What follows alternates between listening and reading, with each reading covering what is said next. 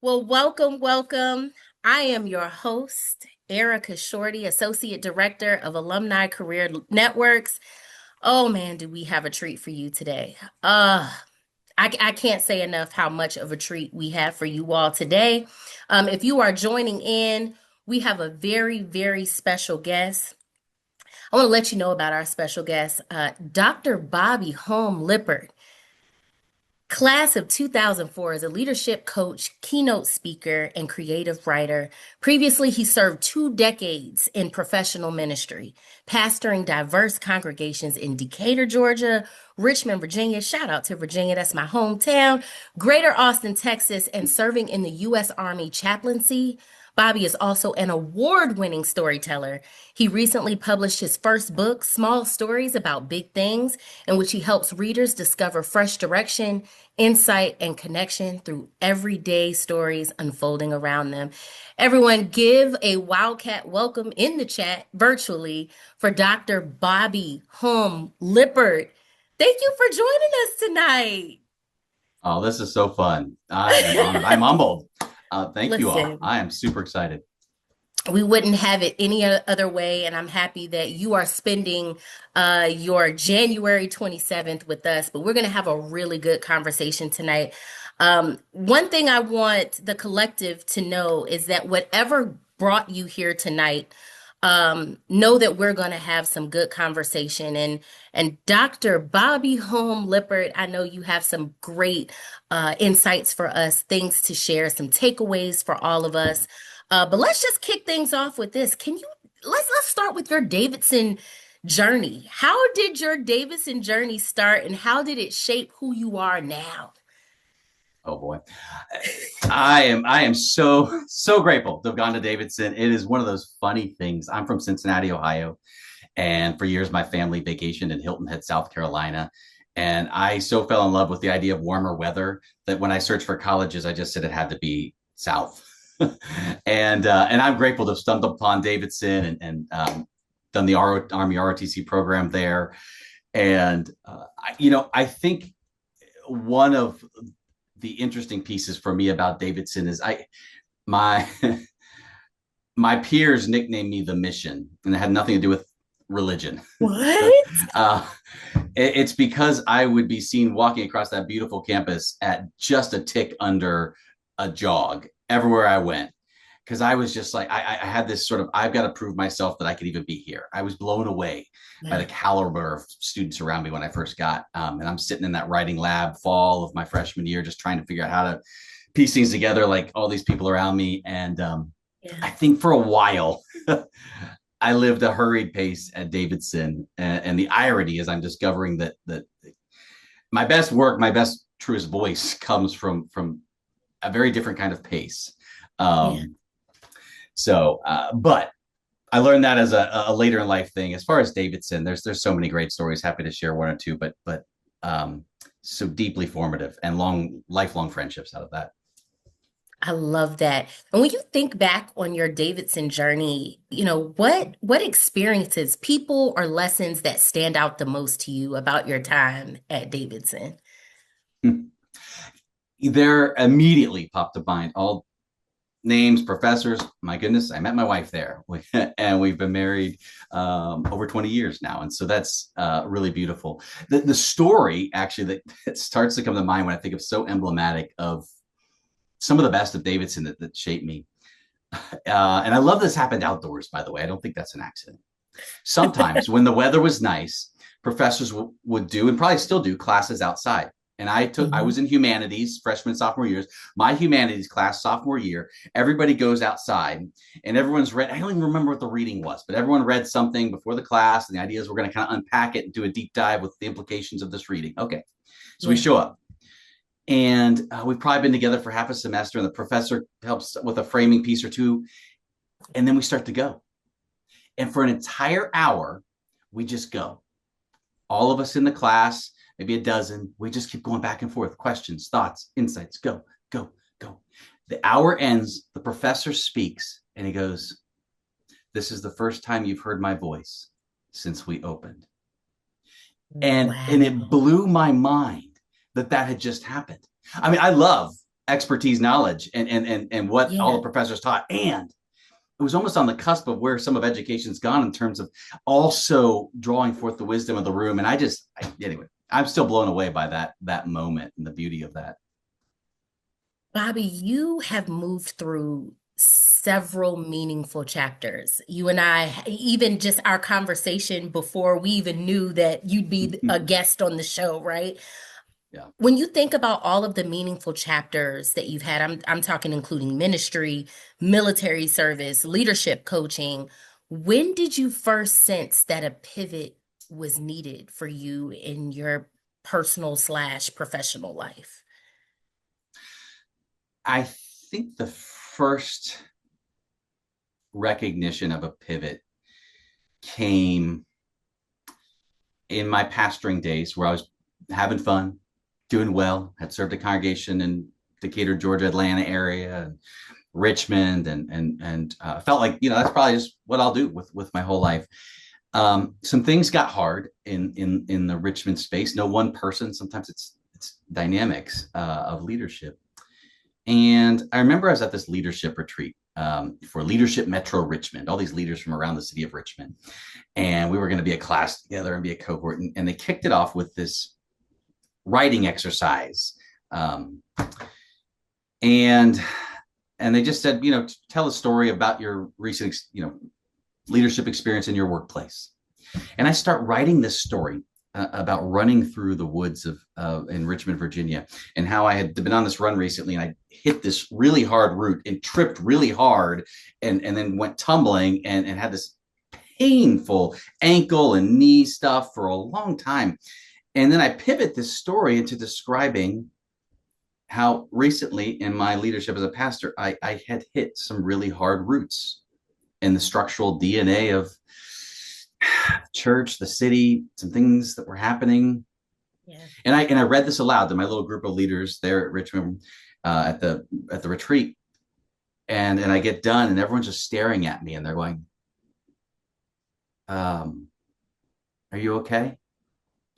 And it was the first time I'd been honest with my grief.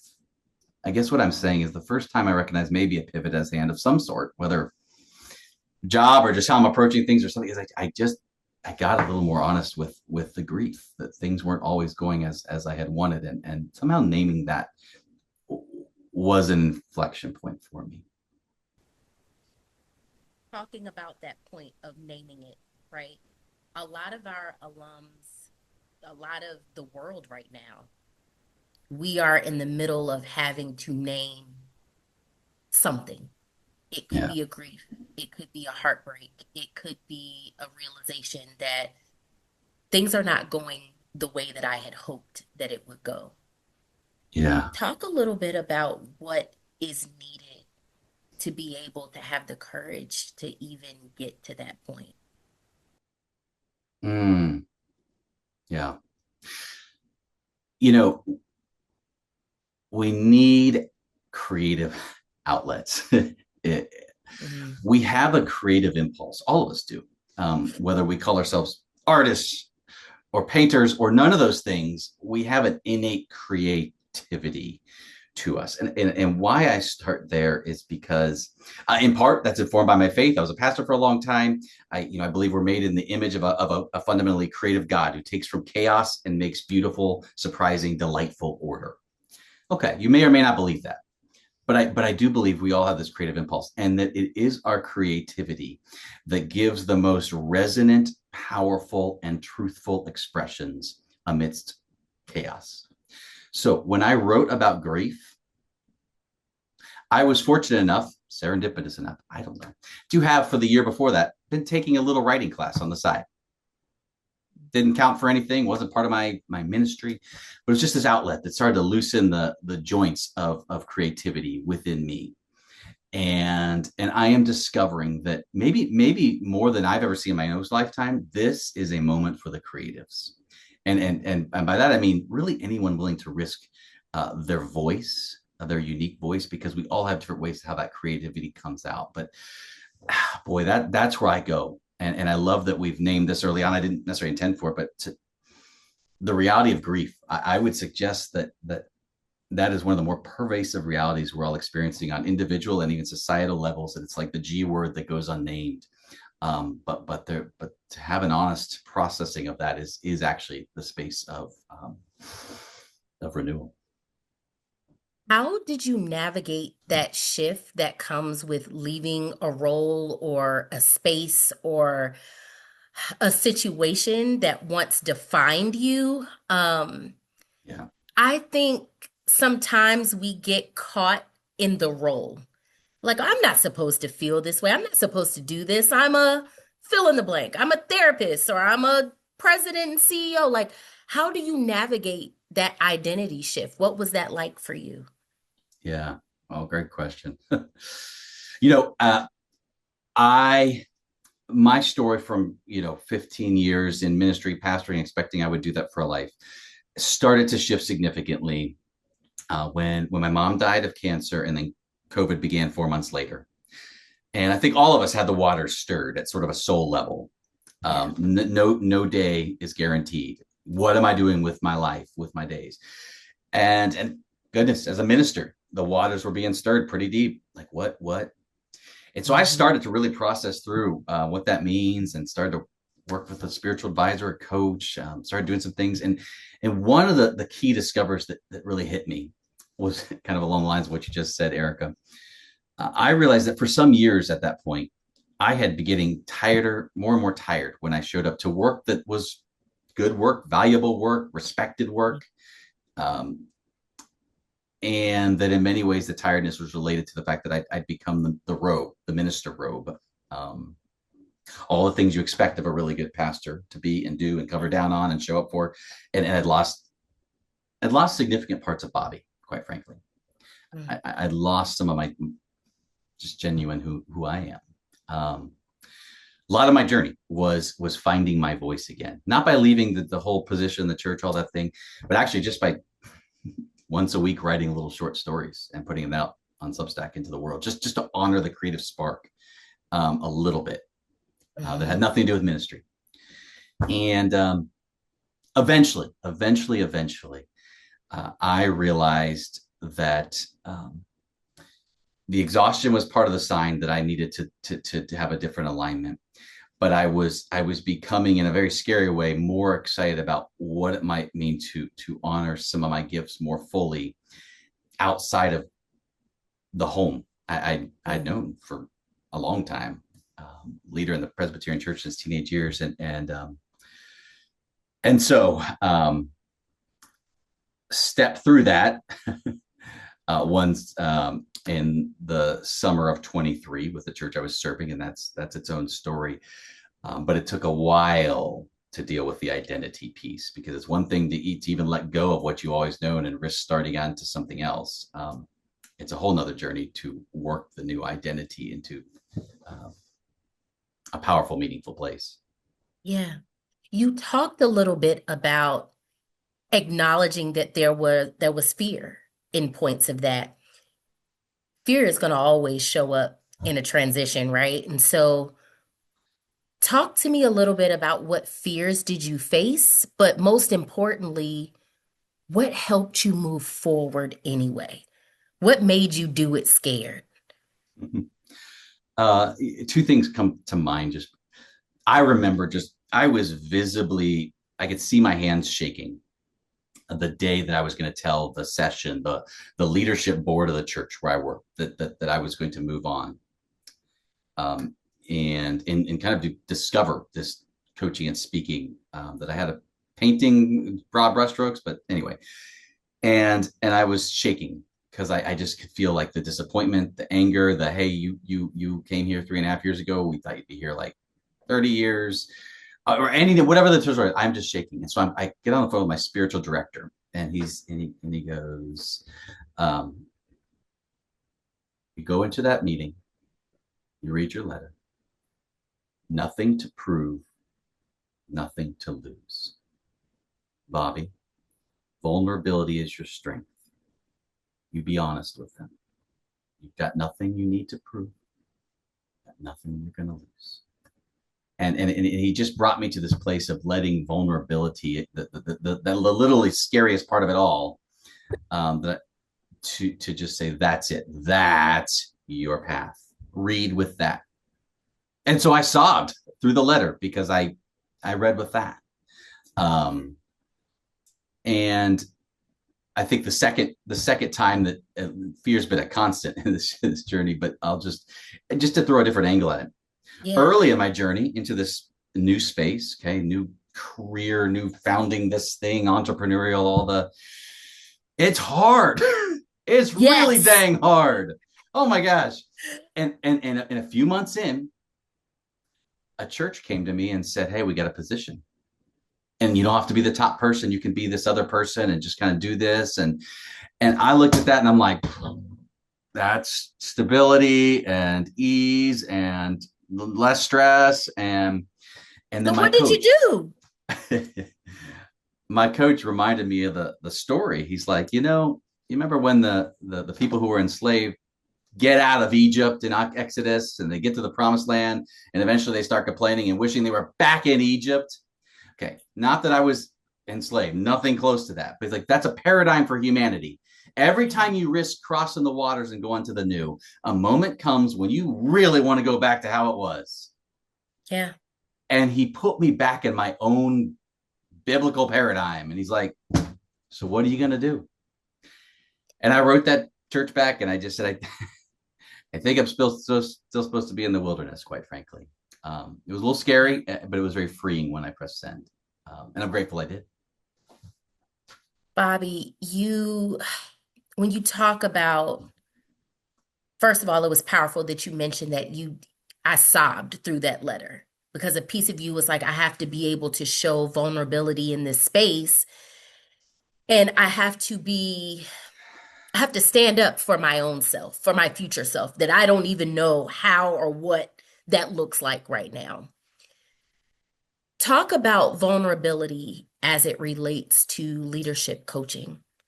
How do you teach vulnerability in these subsect places of like corporate and nonprofit? And what does that look like when you're coaching someone through their vulnerable pieces? Yeah. Well, I will say, there is no way to teach it. I do invite it. Mm, And when I do, I sometimes do keynotes with associations and larger groups. And I love pretty quickly after the introduction to just say, let's turn to a partner. I want you to just share about a time looking back over the past year when you felt really alive with the work you're doing. You might have said to mhm, yourself after, "This is why I do what I do." Would you mhm. just share that story with one another? And I don't say anything about why quite I'm inviting that. But inevitably they do this, the room picks up, and I have to interrupt the room because the energy goes up like this. And I say, "Don't tell me what you said, just what was the experience of sharing this with someone and listening to someone else share this moment?" And you feel people saying, that was inspiring. I wanted to go longer. I It was validating, it was gratifying, it was all these things. And of course, what they're experiencing is a different energy that's not that hustle mission energy, but sort of like, what happens if I just sort of name something a little more honestly? That's in bigger groups. That's my favorite. Just to even like let them touch the energy at the outset, and then let's go from there. But notice it's the gift of question of a question paired with, they have to trust that my presence will hold the space for them to answer honestly. And even with coaching clients, it's the same. It is inviting, uh, questions, um, and allowing them to trust the presence and space we've held, so that they can answer honestly. Because I find that the people who grow the most are learning to tell their story in a granular, particular way that's not full of many cliches, because it's becoming more and more them. Yeah. Um, and that vulnerability becomes their power. It's a sacred honor. I'm humbled every time it happens. Let's press fast forward to that first opportunity that you got Hmm. in leadership, in coaching, right after you gave your letter. What was that amount of time? What was that peak of that moment? What did that look like for you? Because you're fresh out, you gave your letter, you walked away from ministry. Yeah, yeah, What was it like settling into that? yeah. It was like when my then 3 year old, about that time, was hiking in a wintry, muddy mix one November afternoon and started jumping up and down in the puddles of ice and snow and mud and got stuck. And I looked at that November of the year I shifted things, and said, that's what entrepreneurship feels like. Excited to go down this path, make it happen, and here you are freezing, stuck in the mud. It was like the 3 year old speak. That's it. A month later, because of my coach's amazing help, and golly, what a gift walking alongside someone was. He helped me. He helped me launch this thing in about 5 months after I stepped out of ministry, where I just invited every friend and family I'd ever met in my life to a Zoom call and just kind of did a life update. A lot of these people had been congregants I'd loved and known, and just, hey, here's a life update, and you'll get a little bit of what I'm doing. And this was not a sell. This really, or like and now sign up for the thing. It's just like, hey, here's where I've been, and here's a little bit of the story, and here's what's next. And I'm excited. Thanks for coming. Really appreciate it. Yeah. Out of that, a person who'd been a part of a church that I had used to serve emails me almost immediately. I want to work with you. And I said, all right, yeah, I know what I'm doing. um, and fortunately, my coach had helped me workshop some get your framework, get your thoughts together. You got some experience. You're not shooting from the hip. You do. Come on. And I remember, what struck me about him is I learned my flavor from him. He was this guy who had been an entrepreneur for a long time, doing his own thing as an architect. Had a nice big firm inviting him to take a cushy position in an office, and Mhm. and he was terrified of saying yes. Looked so attractive and so comfortable, but he was finally also had been thinking about really taking his thing to the next level. And it was like, Bobby, I want someone to help me discern my decision. He Yeah. already knew his decision. And this is the case of a lot of folks. He already knew, They and already know. they already knew. He knew he was going to stick with this thing and take it to the next level. Um, but there was a lot of fear, and so I Yeah. meet him in that space, and it turns out he loves teaching people to ski. He tells a story of like going Ah, down on green hills and helping people go from one gate to the next. He sets these gates up so they can learn to just sort of trust their edge just a little bit, little chaotic, mhm. crazy, but always a little under control. And I just looked at him. I said, you know what? Is that what this is about? Are we gonna take the gate each session we Yeah. get together? And he said, that's what we'll do. And so we did a 6 month coaching side where we just kind of took the gate on this decision, and him finding more of his voice and his courage around what he wanted and where this is going. And it was beautiful, but that was the first, and I sort of got to discover, and I'm grateful, very grateful for him leaning in on that. My mentor always has said to me, and as a triple certified coach, like I heard it all the time. Every coach should have a coach, right? Talk about what that experience should look like if someone has never had a coach before. What should that relationship look like? Why would someone want to acquire a coach in their corner? Talk a little bit about that process. Yeah, I I did not know much about this world, and have since done a lot of work and certifications, all the things, but at a fundamental level, it is just not about leadership or life hacks, tricks. We'd all be there if it was a matter of just implement the system, do the thing. Yeah. I think the best kind of coach is deeply present with you in a way that believes in you, powerfully believes in you. And so what you discover what I discovered from a coach who deeply believes in me is I can trust, I can trust myself with where this needs to go. I would sometimes come to my coaching meeting with my coach, and I put together an idea that felt like, well, I saw all these people online doing this. I should probably do this. And he's like, that just doesn't sound like you, Bobby. You just play back. What? Let's work this. And he would listen for my voice and help me hear. I was like, that's you. That's man. That's you. Come on. And he could hear it, and he could raise me to it, or at least help me raise myself into it more and more, into a deeper confidence. So again, it's not so much about who has the perfect strategies and this and that. It's just, do they see you deeply? Do they believe in you deeply? And they're letting that come out rather than seeing you as a problem to be fixed. And here's my system. It's like you there. Let's find or rediscover. Really, that's the better word.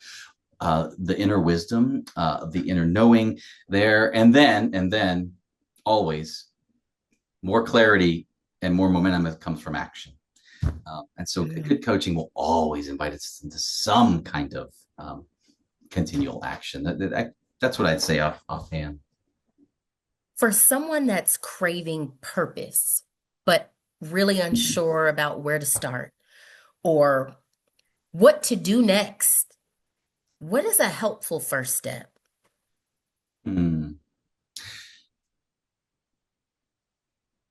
I'm inclined to start with a question, Mm, and then I'll tell you a thought or two. But the question might be, tell me about a recent time where you did feel really present, even alive with something you're doing, maybe related to your job, not family. I don't know. Just tell me about that.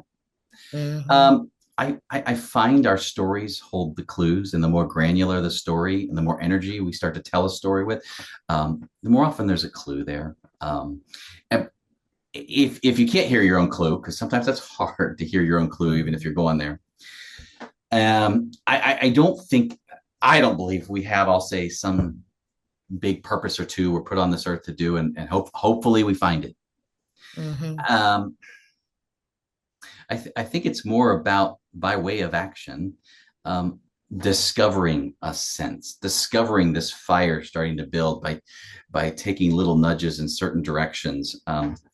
Usually, if there's no other direction to go, I say try something creative on the mm side. Try sculpting. Try improv class. Try. I've got a client right now doing daily 10-minute writing exercises. mm We're gonna listen for where what gets uncovered by just listening a little more closely to ourselves in that creative setting. And then of course your community. There are those outside of you that can look at you and go, when you're really alive, you know what it looks like. Let me tell you, because you probably can't see yourself. Um, Others around us can be such a gift. Wow. You've got my wheels turning for sure. Like, even just with that question of like, hey, when do you come alive? What do you notice about yourself when you come alive? Because I think a lot of times you come into a situation wanting an answer, but I think it always, and I agree with you, it starts with that question to yourself. That self-reflection really leads you to make some of the most impactful decisions. I have had the pleasure of speaking with clients, alums who find themselves at this intersection of, I do this really well. I do this one thing really, really well, but that one thing doesn't fulfill me anymore. I've been told that that's my purpose, that's my calling. And a lot of times people will label you on what they feel like your purpose or your calling should be. But what happens when you have a client or a person who's at that intersection of, I know that I do this thing really well, but it's not making me happy anymore.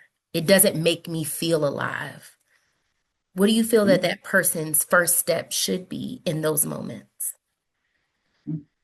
Again, and this is probably that you're hearing the coaching paradigm come through. I am inclined to ask a question. Tell me Mm, about tell me about a recent time you did feel alive, whether it was related Hmm. to that or not. However, aside questions aside, because yeah, the coaching is always about leading with and even walking with good questions to Yeah. draw out the winner wisdom of the person. Um, what comes to mind is a guy I worked last year. He was a dentist. He had founded a practice, entrepreneur. 10 years he built this practice, very successful. And he said, Bobby, it feels like every day I'm showing up to a hamster wheel kind of reality. I'm running faster and faster to keep this thing going, and we're doing well, but I don't know that I'm going anywhere.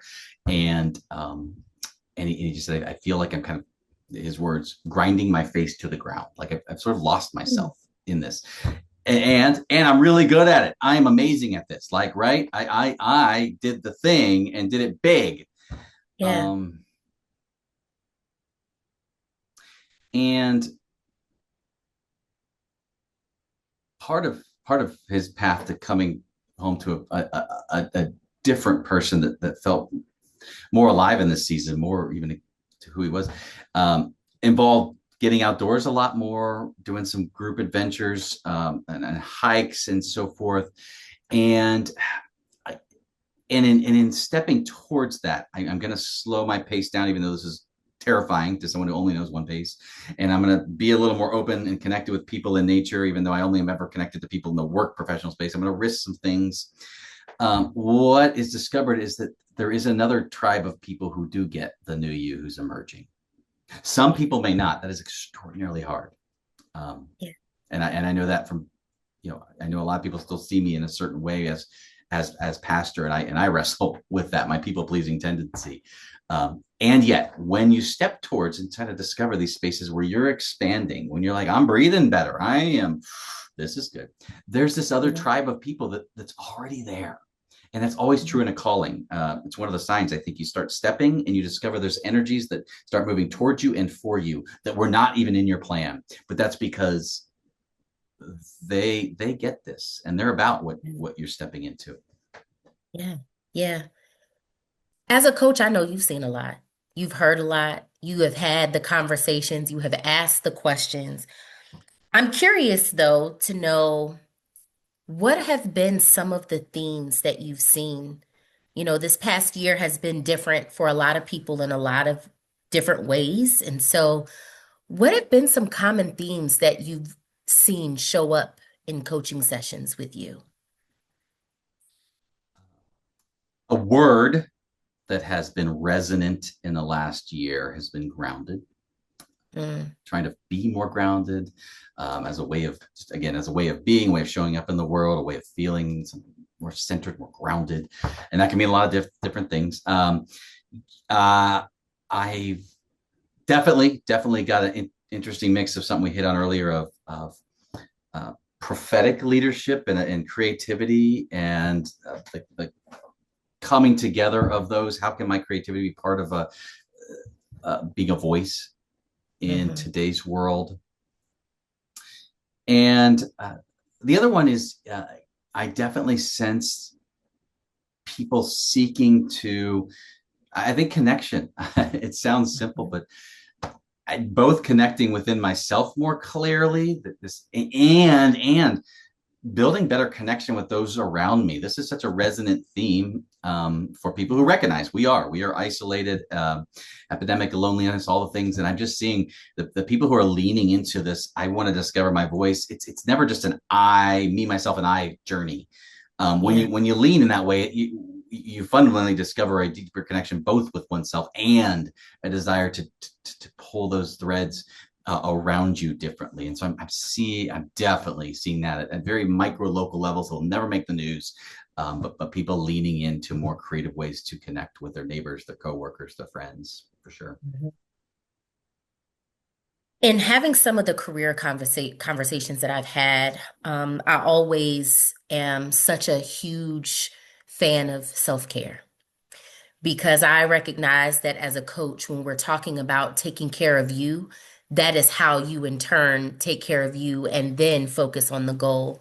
Um, can you share just like some ground level things that people could really be doing in this time to take care of self? And I know that that's going to mean something different for everyone else, but what are some foundational things? Like what is the importance? How can you stress self-care when you're talking about pivoting or talking about your career goals? What does that look like?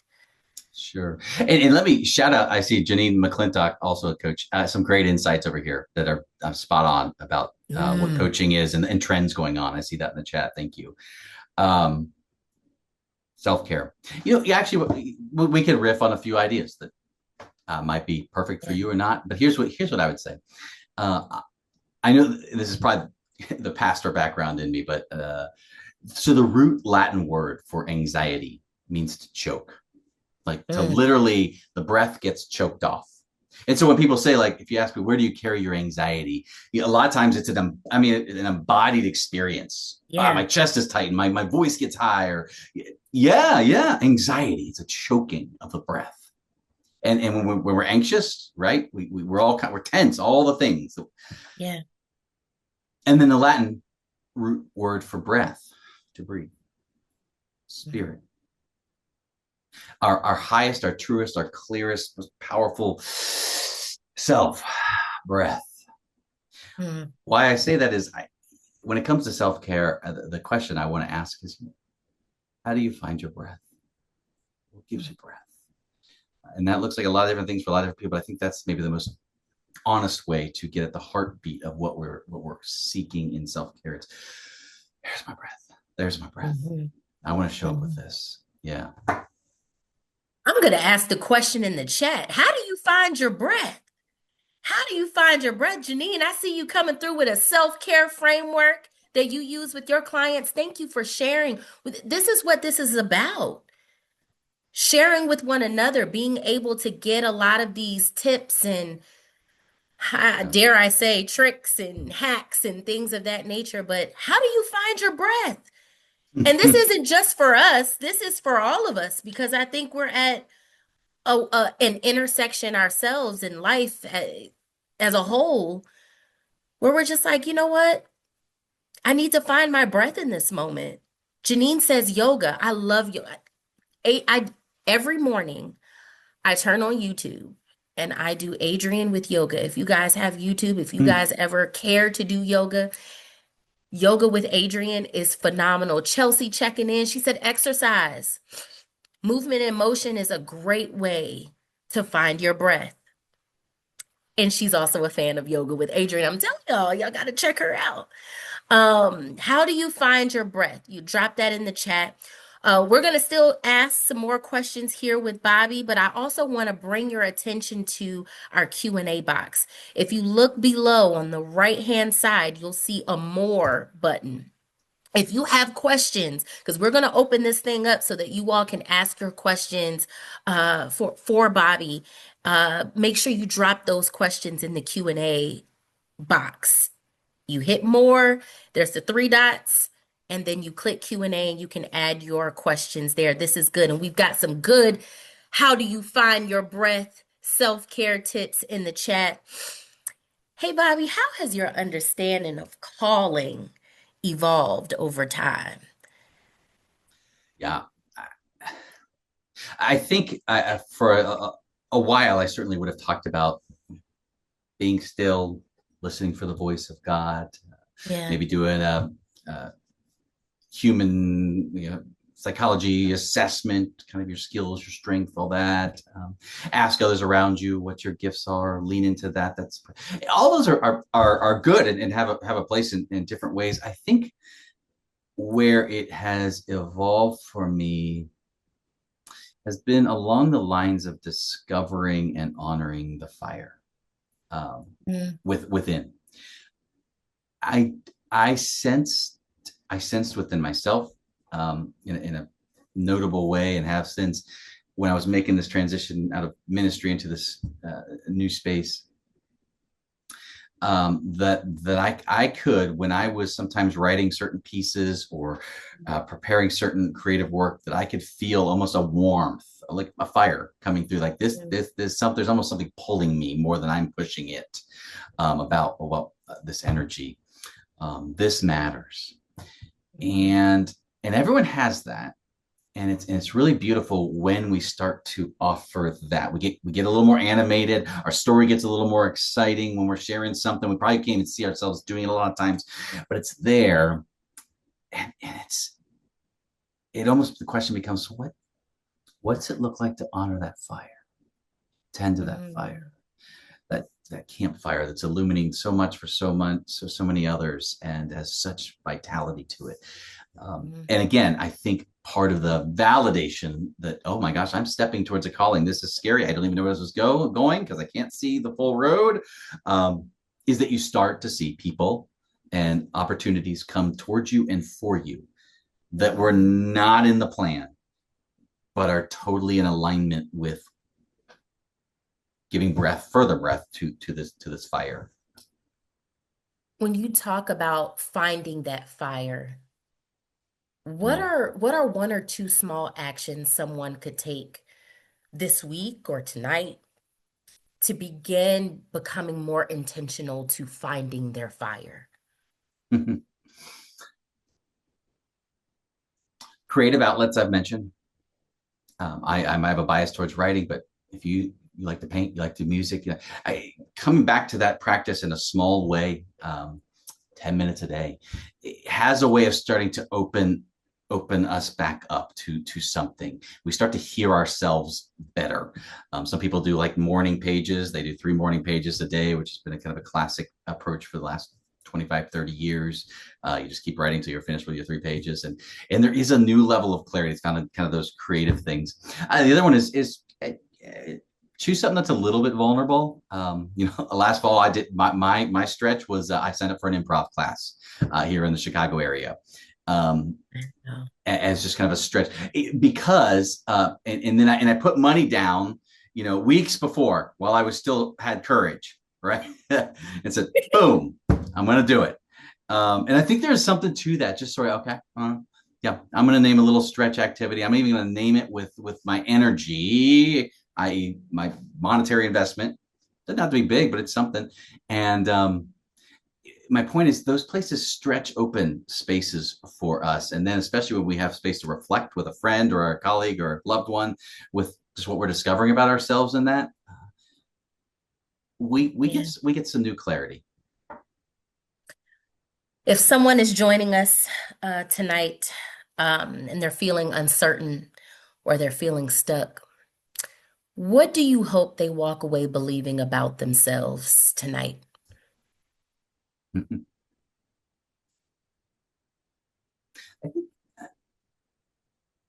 I wonder Mm, if for a moment we thought of a parent or grandparent that we're proud of, honestly, mm, and that we realize we carry their DNA. They're their hopes, their dreams at some level, their legacy. We carry that. We hold that. We have received that, and then also consider those how they saw you, mm, how they see you, mm, and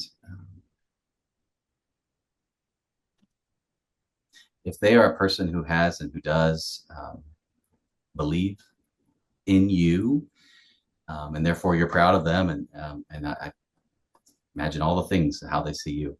I think I think there's a lot to be said for seeing ourselves or learning to see ourselves um, through that lens and discovering the kind of trust necessary to keep stepping forward in the journey. mm. I don't know who else needed that, but I know I did. I know I did.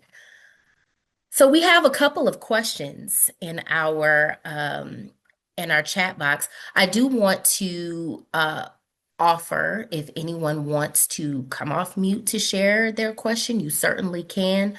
Um, we're going to answer this first one live. This one comes from Cynthia Briscoe Brown.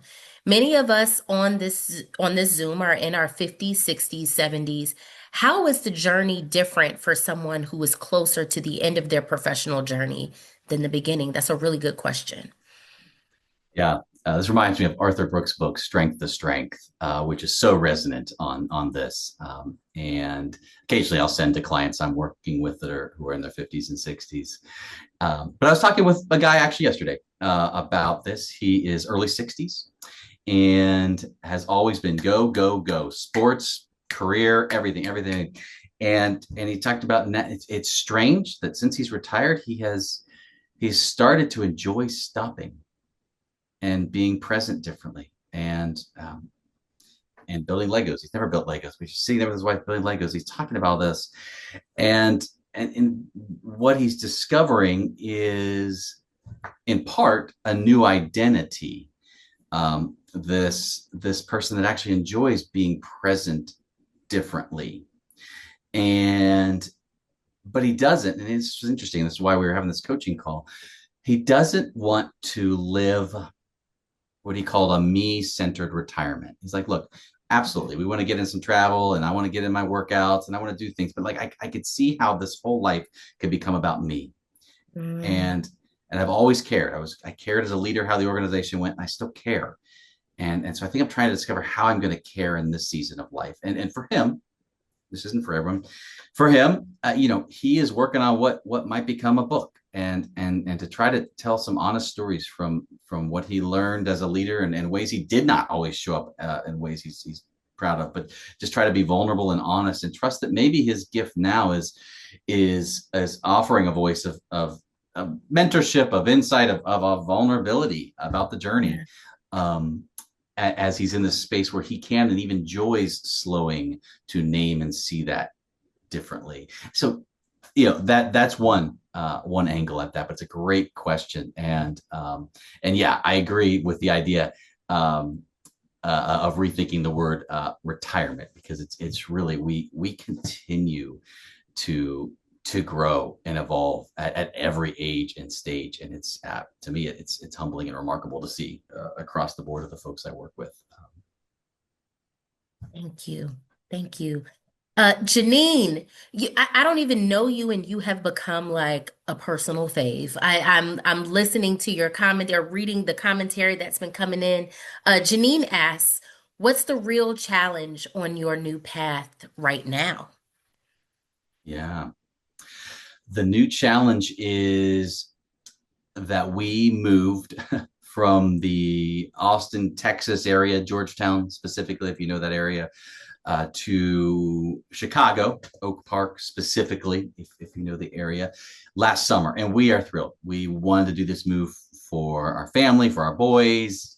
I grew up with a lot of Midwest families still around, that kind of thing.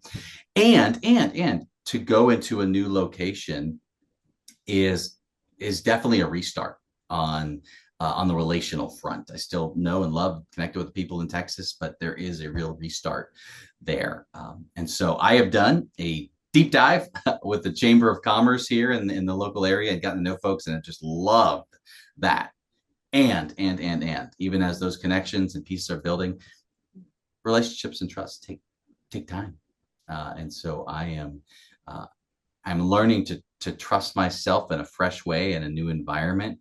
Um, though this time it feels just a little easier because I have some experience now on the journey. Thank you for sharing the vulnerable pieces of your current journey as well. I would love to offer, if you want to react and raise your hand, if you have questions that you would like to answer live with Bobby, now is your chance. Now is your time to shine. We want to give you that opportunity to ask your questions. We understand that we are all in different spaces and places of this thing called life, of this journey. But if there's one thing I know for sure is that there is a power in being able to learn from one another, to be able to understand that while you may have the question, someone else may be burning to ask it and not quite sure if they want to or not. But I definitely want to welcome you to come off mute. If you want to share your questions, please do so. We only had a few questions in the Q&A box, and we have answered those asked and answered those already. So if anyone wants to come off mute and ask their question, now is your time. I All right, see we Ela can. Bacon. Ella, yeah, thanks, Ella Bacon. Erica. How you doing? Good. I am a younger alum. I'm in my early 30s, and I had my first opportunity to do coaching um, last year, maybe the year before. And I was really excited. I also have been had therapy for a few years and have enjoyed that kind of clinical therapeutic process.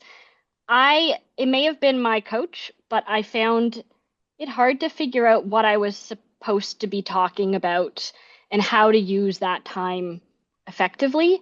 Um, my coach was very good at making space, and I felt like I don't know how to be coached.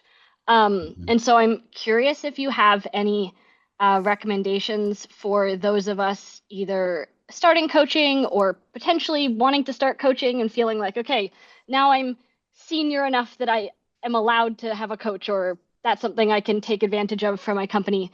What what should we do to be prepared to make the most of that opportunity and experience? Yes.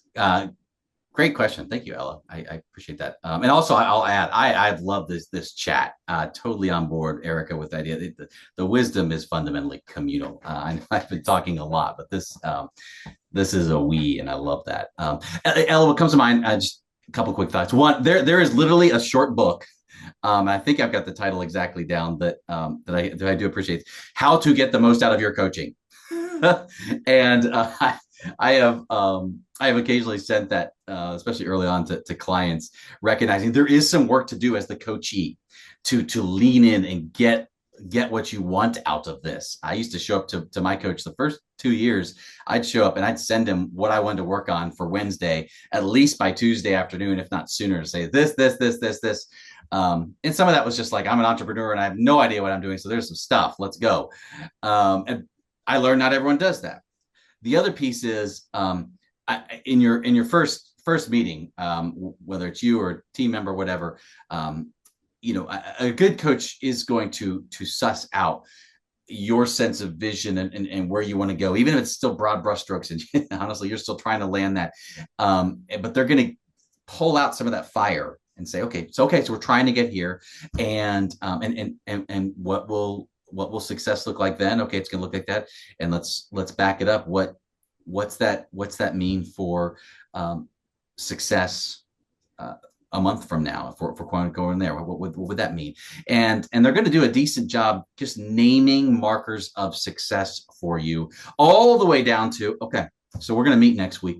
Tell me what's it look like to honor this vision between now and then? What's next? And usually it's like a phone call, or it's all right, I think I got to have the conversation, or it's I'm going to put the dang spreadsheet together. But a good coaching will honor those granular pieces, tracking back from the vision, whatever system they use. That's the other piece that comes to mind. We've got Thanks, Ella. some additional questions. I'll go to the Q&A box and then we have a question in the chat.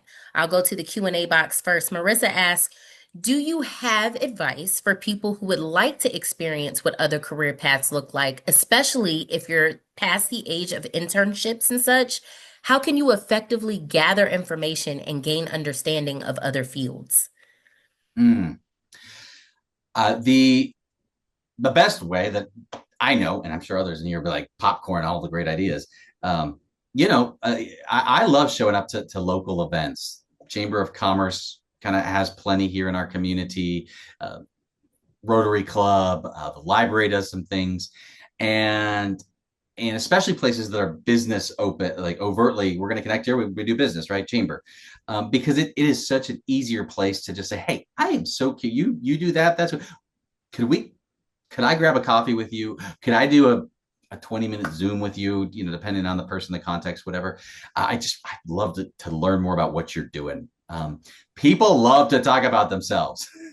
And I've done that myself, just little information interviews with strangers. And then of course I went back, I called people from Davidson and my seminary when I was in this whole, like, am I going to shift? And I just like, hey, can I ask you what you do now? And I was blown away by the just the excitement. You would, yeah, no, talk about myself, sure. So I would that's where I go first. Thank you. We have a question in the chat I'm going to go to first. Brad, I see your hand. There's two questions before you, Brad, so I'm going to get to you in a second. Matthew asks, a few years back, I pursued a passion project and was able to turn it into a job career. I was super excited, but after a couple of months, I completely lost the spark.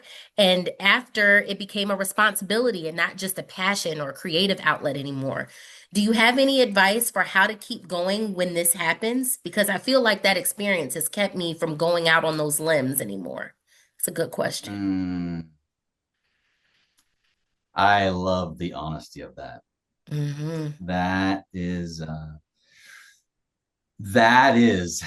the danger Yeah. of the space of passion becoming the space where you make your living.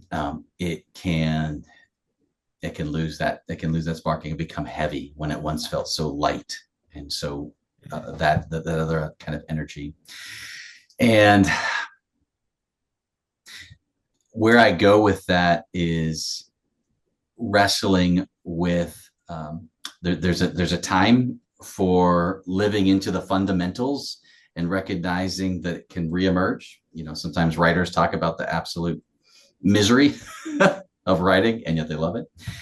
And then I think the other place I go is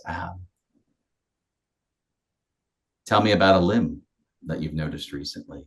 Um, and not that you want to go that you're going to go there, whatever. Just what's it even look like to look over at a limb right now? And just get, I don't know. I just would be curious what if anything else is sparking that question aside. But for now, I'll just name what beautiful honesty about passion becoming the place you make your living. We've got we've got about 2 minutes. I want to honor everyone's time, but I do find value in these questions because these are some good questions. Um, Clara I'll ask your question. Vance, let me know if you want to go a little bit deeper with that question that you asked. I'm reading your messages. Clara asked, and then we'll go to Brad. Clara asked, I think you answered this early on, but I missed it. If could you repeat briefly what are some signs that it's time for a career pivot? Mm. Um, one one maybe is I mean it's just good old fashioned boredom, just sort of like yeah, I feel like I've hit a ceiling here. That and so what's that mean? Another one, the two that I encountered most powerfully within myself was exhaustion. Again, I had sort of become the role of pastor, the position. Like some people become, you know, the uniform or the family role or whatever, and kind of lose themselves. And it's like, oh my gosh, is this exhaustion part of needing to discover me again? So maybe it's that. And yeah, I'll leave it at that. But I will. Oh, I know what I was going to say. We're living longer and just discovering there are so many more seasons to our lives.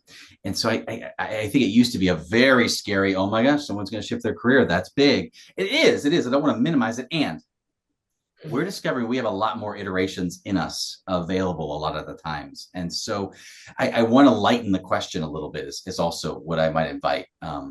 Yeah, can explore, and there might be yet five more to come. Um, Okay. Brad, I see your hand. I invite you to come off mute and ask your question. Did you say me, Brad? Yes, I did. How you doing? I'm fine. Bobby, I'm class of 83.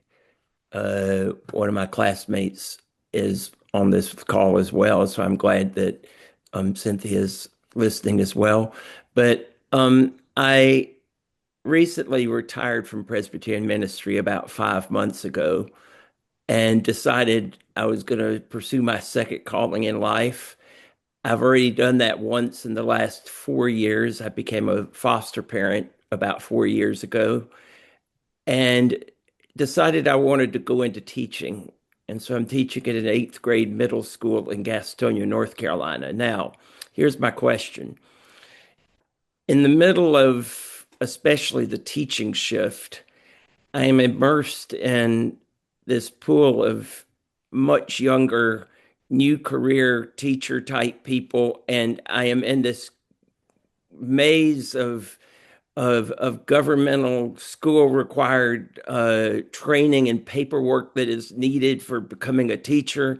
And the county always says we need teachers, but I'm feeling like I'm drowning because I simply want to teach and I'm being treated more like that I'm in a career teaching slot and I'm not. How do you face I'll call it the maze of whether it's foster parenting or teaching, just the massive amount of bureaucracy that can just sometimes squelch all that enthusiasm we have. And I'm finding it more true now. And by the way, I was in the Army for 4 years, so I know what bureaucracy, as you do, is all about. But I'm just much, much less patient with it now. And I don't Mm, want to burn my opportunity because I need to. There's value to it. There's value to the training. There is a need for it. I understand all of that. But every time I turn around, there's another report that's due. mm. Oh, Mm. thank you for that So, honesty too. Yeah. because it's exciting, but it's still exciting. I love my young people I'm working with. I love, a lot about it, but I wish I could go back to Davidson and tell them that I should have gotten certified in teaching simply in case I did this one day. What a blessing you're there. We need more multi-generational, nothing multi intergenerational realities unfolding in our society. I hope those younger teachers discover the gift they have in you, and that there can be kind of a mutual curiosity of just person and teachers and ways. So it's beautiful. And what honesty to name the weight of some of the systems that we have. A lot of them well intentioned but heavy. And you've named a couple right there. I don't have an easy answer except to say I do wonder what two or three of the teachers right around you, whom you respect, um, what they would say. My limited short answer from my own experiences, I certainly found the most trusted peers among me to be kind of salt and light for me in those seasons and help me carry what needed to be carried and let go of the rest because I'm here to do something sacred with my years. Um, and I love that you're leaning into that. Thank you. And I've got a friend I'm thinking of when you say that. Thank you. Good. Thank you, Brad.